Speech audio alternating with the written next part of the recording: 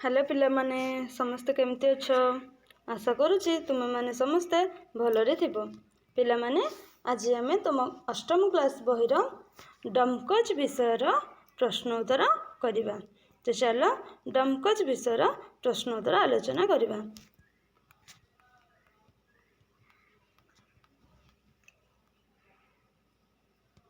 तो एक नंबर आस विषयटी को भल भाव पढ़ा बुझा उत्तर लिखा। तो ठीक उत्तर पाखरे आमे तारा चिन्ह देबा। तो एक नंबर देछि सादरी भाषा केउं दुईटी भाषार सम्मिश्रण रे सृष्टि। तो सादरी भाषा केउं दुईटी भाषार सम्मिश्रण रे सृष्टि। तो आंसर हबो ओडिया और हिंदी। आंसर कौन हबो ओडिया और हिंदी। तो यह पाखे स्टार चिन्ह दब।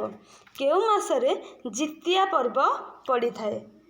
तो आंसर हबो आश्विन मास।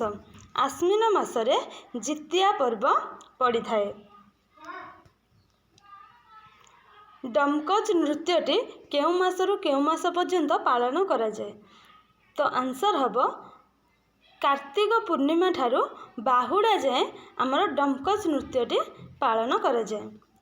तो 4 नंबर रांचीर लोकसंगीत लेखक को केउ गीत परी लागुथुला।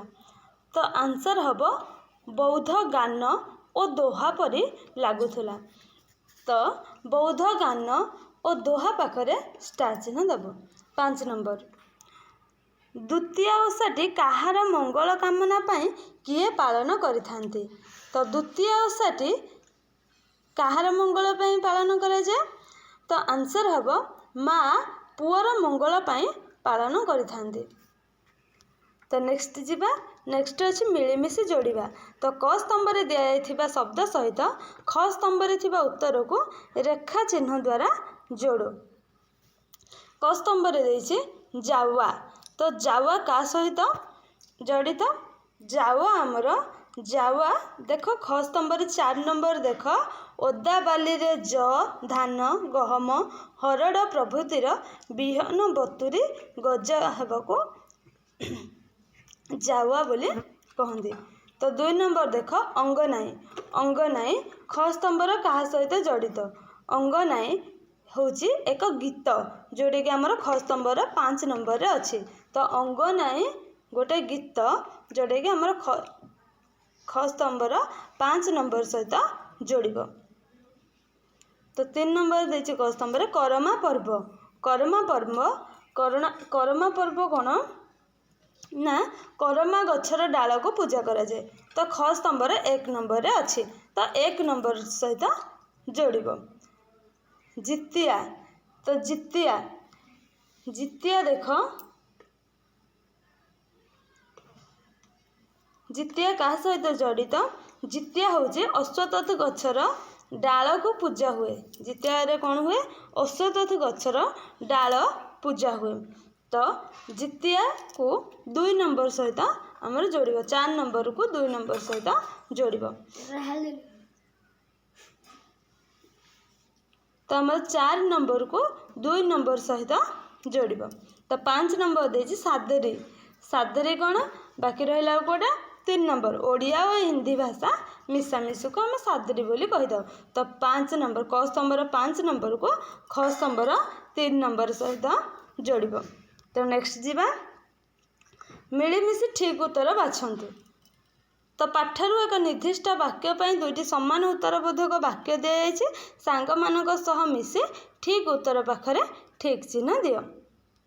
तो देख वाक्य आ उत्तरबोधक वाक्य देछि।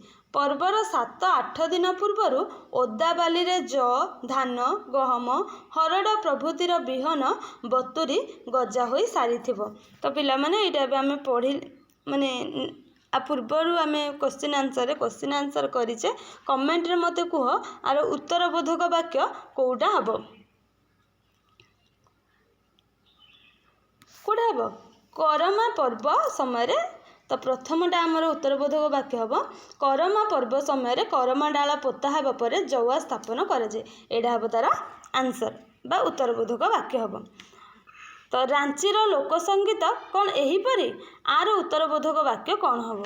आर उत्तरबोधक वाक्य हबो ବୌଦ୍ଧ ଗାନ ଓ ଦୋହାର ସଙ୍ଗୀତ ପରି ହେଉଛି ରାଞ୍ଚିର ଲୋକସଙ୍ଗୀତ। ତ ଏଇ ବୌଦ୍ଧ ଗାନ ଓ ଦୋହାର ସଙ୍ଗୀତ ପରି ଏଇଟା ହେବ ଆର ଆନ୍ସର। ତାପରେ ଦେଇଛି ଏ ପର୍ବ ଭଉଣୀ କରେ ଭାଇର ମଙ୍ଗଳ ପାଇଁ। ତ କେଉଁ ପର୍ବଟା ଭଉଣୀ ଭାଇର ମଙ୍ଗଳ ପାଇଁ କରେ? ତ ଆମର 1 ନମ୍ବରଟା ହେବ ଯେମିତି କରମା ପର୍ବ। କରମା ପର୍ବ ଆମର ଭଉଣୀ ଭାଇର ମଙ୍ଗଳ ପାଇଁ କରିଥାଏ। ତାପରେ ଦେଇଛି କାର୍ତ୍ତିକ ପୂର୍ଣ୍ଣିମାଠୁ ବାହୁଡ଼ା ଯାକେ ଆମର କ'ଣ ପାଳନ କରାଯାଇଥାଏ? ତ କାର୍ତ୍ତିକ ପୂର୍ଣ୍ଣିମାଠୁ ବାହୁଡ଼ା ଯାକେ ଆମର ଡମକଚ ନୃତ୍ୟ ପାଳନ କରାଯାଇଥାଏ। ଦେଖ ପିଲାମାନେ ଚିତ୍ରରେ ତମମାନଙ୍କ ପାଇଁ ଦର୍ଶା ହେଇଛି। ତ ପିଲାମାନେ ଆଜି ପାଇଁ ଏତିକି। ପୁଣି ଥରେ ନେକ୍ସଟ ପାର୍ଟଟା ମୁଁ ନେକ୍ସଟ ଭିଡ଼ିଓରେ ନେଇକି ଆସିବି। Thank you.